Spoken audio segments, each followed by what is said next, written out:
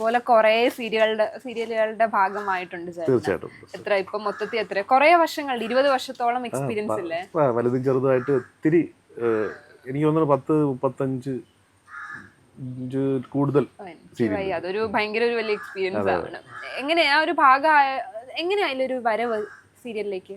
Actually ഞാൻ ഈ പഠിക്കുന്ന സമയത്തൊക്കെ ചെറിയ മിമിക്രി പരിപാടിയൊക്കെ ചെയ്യുമായിരുന്നു. നമ്മുടെ അവിടെ ഈ പണ്ട് കേരളോത്സവം എന്ന് പറഞ്ഞിട്ട്, കേരളോത്സവമാണ് നമ്മുടെ ഒളിമ്പിക്സ് എന്ന് പറയുന്നത്. പഞ്ചായത്തുകളെ അടിസ്ഥാനമാക്കി അവിടുത്തെ ക്ലബ്ബുകളെ വെച്ചിട്ട് ഈ ആർട്സ് ആൻഡ് സ്പോർട്സ് അതിൻ്റെ മേള നടക്കും. അപ്പം അതിലൊക്കെ പോയിട്ട് ചെറിയ ചെറിയ മിമിക്രിയൊക്കെ അവതരിപ്പിച്ച് ചിലപ്പോൾ പ്രൈസ് കിട്ടും, ചിലപ്പോൾ പ്രൈസ് കിട്ടില്ല.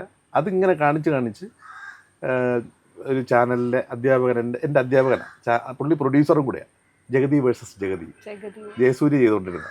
അപ്പോൾ ജയസൂര്യ സിനിമയിലേക്ക് പോയതിനു ശേഷം അവിടെ ഒരാൾ വേണം. അപ്പം ഞാൻ ഏകദേശം ആ സമയത്ത് ഇങ്ങനെയൊക്കെ ഇരുന്നത്.